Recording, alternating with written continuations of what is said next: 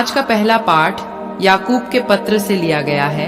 अध्याय 5, वचन संख्या है 1 से 6 तक। धनियों, मेरी बात सुनो। आप लोगों को रोना और विलाप करना चाहिए, क्योंकि आप पर विपत्तियां पड़ने वाली हैं। आपकी संपत्ति सड़ गई है, आपके कपड़ों में कीड़े लग गए हैं, आपकी सोना चांदी पर मोर्चा जम गया है। वह मोर्चा आपको दोष देगा, वह आग की तरह आपका शरीर खा जाएगा। यह युग का अंत है और आप लोगों ने धन का ढेर लगा लिया है।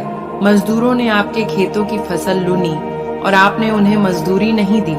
वह मजदूरी पुकार रही है और लुनने वालों की दुहाई विश्वमंडल के प्रभु के कानों तक पहुंच गई है। आप लोगों ने पृथ्वी पर सुख और भोग विलास का जीवन बिताया है और वध के दिन के लिए अपने को हष्ट पुष्ट बना लिया है।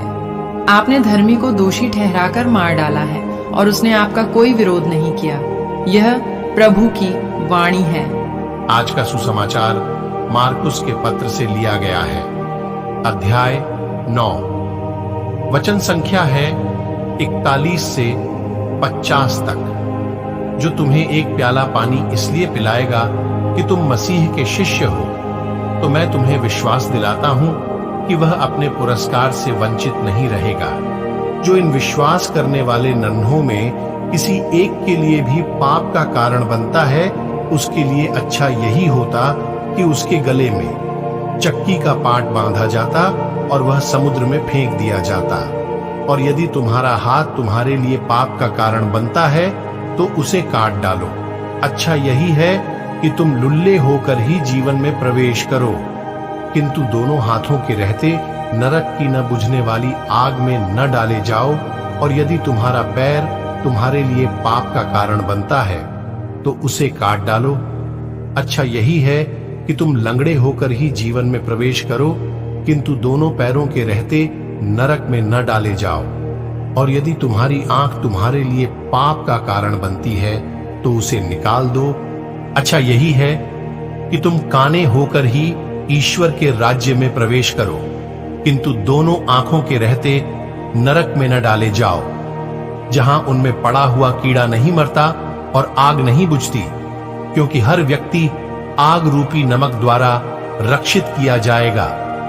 नमक अच्छी चीज है, किंतु यदि वह फीका पड़ जाए तो तुम उसे किससे छौंकोगे? अपने में नमक बनाए रखो और आपस में मेल रखो। यह प्रभु का पवित्र सुसमाचार है। मनन चिंतन।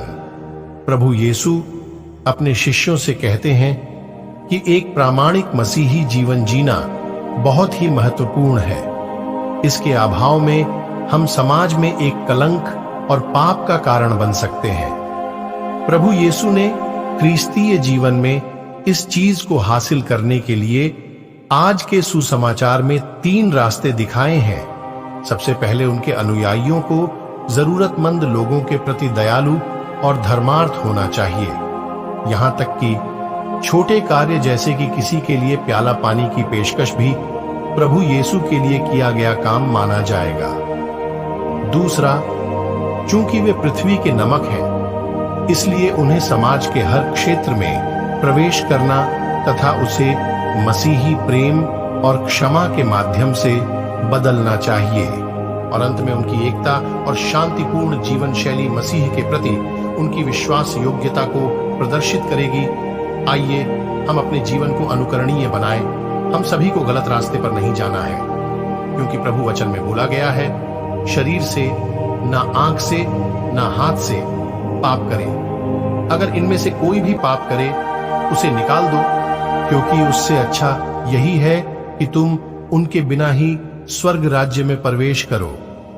अगर हम दूसरों के लिए पाप का कारण बनते हैं, तो हम प्रभु की निगाह में घृणित और श्रापित हैं। मेरे प्यारे विश्वासी भाई बहनों, आइए हम आज के वचन पर मनन चिंतन करें। आप सभी को परमेश्वर आशीष तथा शांति प्रदान करे। आमीन। प्रार्थना। हे पिता, हम पापियों पर दया कर। पिता, हम सभी ने जाने अनजाने में आपके विरुद्ध पाप किया है। पिता, हम आपसे अपने पापों के लिए क्षमा मांगते हैं। हम पापियों पर दया कर और हम अब पाप से दूर रहना चाहते हैं। इसमें आप हमारी सहायता कीजिए। हम आपसे प्रार्थना करते हैं। आमीन।